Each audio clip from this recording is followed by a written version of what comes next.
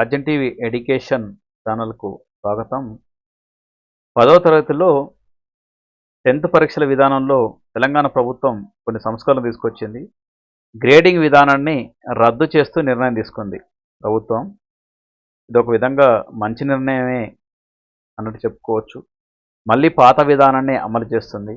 ఎట్లా ఉంటుందంటే మొత్తం మార్కుల పరిధిలోకి దాని ఆధారంగానే గ్రేడ్లు.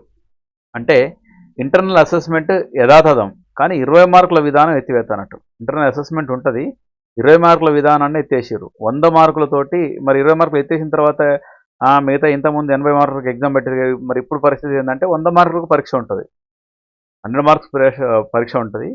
మరి 100 మార్కులకు పరీక్ష ఉంటుందంటే మరి పేజీలు కూడా పెరుగుతాయి కదా అంటే 24 పేజీల బుక్లెట్ ఇస్తారు. 24 పేజీల బుక్లెట్ ఇస్తారు అన్నట్టు. 24 పేజీలు దంచి రాయొచ్చు. మళ్ళీ అడిషనల్ సీట్లు ఇస్తారంటే ఇయరిగా ఇక్కడ ఆన్సర్ షీట్లకు నో, 24 పేజీల్లోనే రాయాలను. నువ్వు ఏ రామాయణం రాసినా, ఏ భారతం రాసినా, ఏ స్టోరీ రాసినా 35 మార్కులు వస్తే పాస్, అంతే. జస్ట్ 35 మార్కులు వస్తే పాస్. 10వ తరగతి వార్షిక పరీక్షల్లో భారీ మార్పుల సంస్కరణ తెలంగాణ ప్రభుత్వం శ్రీకారం చుడితే ఇప్పటిదాకా గ్రేడింగ్ విధానంకు స్వస్తి పలికి వార్షిక పరీక్షల్లో విద్యార్థులు సాధించిన మొత్తం మార్కుల ఆధారంగా పాత పద్ధతిని అమలు చేసి గ్రేడ్లు ఇవ్వాలని ప్రతిపాదించింది.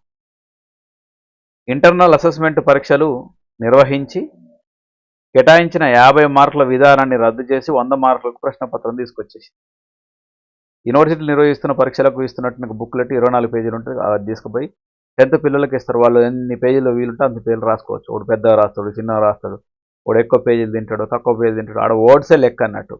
అట్లా ఎన్ని పదాలలో రాస్తారు అనేది గమనిస్తారు అన్నట్టు. దాన్ని బట్టేసి ఉంటాయి. ఎందుకంటే ఒక క్వశ్చన్ 10 పేజీలు రాసేసి ఇంకో క్వశ్చన్ ఒక్కొక్క పేజీ రాసుకుంటూ పోతే దాన్ని బట్టి ఉంటాయి మార్కులు. 10 క్వశ్చన్ నువ్వు 10 పేజీలు రాసినా కానీ 10 మార్కులు వస్తాయి కదా, 10 మార్కుల క్వశ్చన్కి 10 వస్తాయి కదా.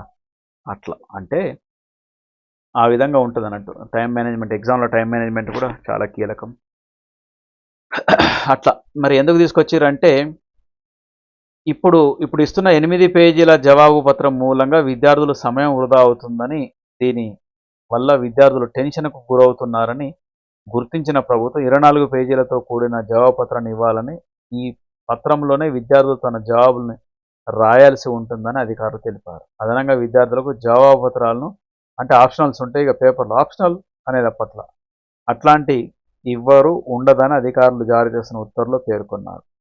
ఇంటర్నల్ అసెస్మెంట్కు కేటాయించిన 20 మార్కులు అనేక అక్రమాలు జరుగుతున్నాయని కొన్ని ప్రైవేటు కార్పొరేట్ కళాశాల యాజమాన్యాలు దీన్ని వ్యాపారంగా మార్చుకొని విద్యార్థుల నుంచి అదనంగా ఫీజులు వసూలు చేస్తున్నాయని, వారికి వేధింపులిక గురి చేస్తున్న సంఘటనను దృష్టిలో పెట్టుకొని ఈ నిర్ణయం తీసుకున్నారు అన్నట్టు.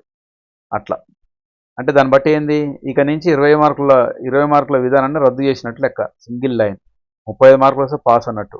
అంతే, 2 లైన్లు 2 ముచ్చట్ల ఏం లేదు. పాత విధానంలో కొనసాగుతుంది. ఇప్పుడున్న పిల్లలకు పాత విధానం తెలియదు కాబట్టి ఏం లేదు, 20 మార్కులు అనేది ఉండదు. మొత్తం 100 మార్కులు ప్రశ్నలు పెడతారు, మంచి బుక్లెట్ ఇస్తారు. కడుపు నిండా చేతికి నొప్పి పెట్టేంత వరకు రాయిరి. అట్లా మీ శక్తి ఉన్నంత వరకు. గదే ముచ్చట. రైట్.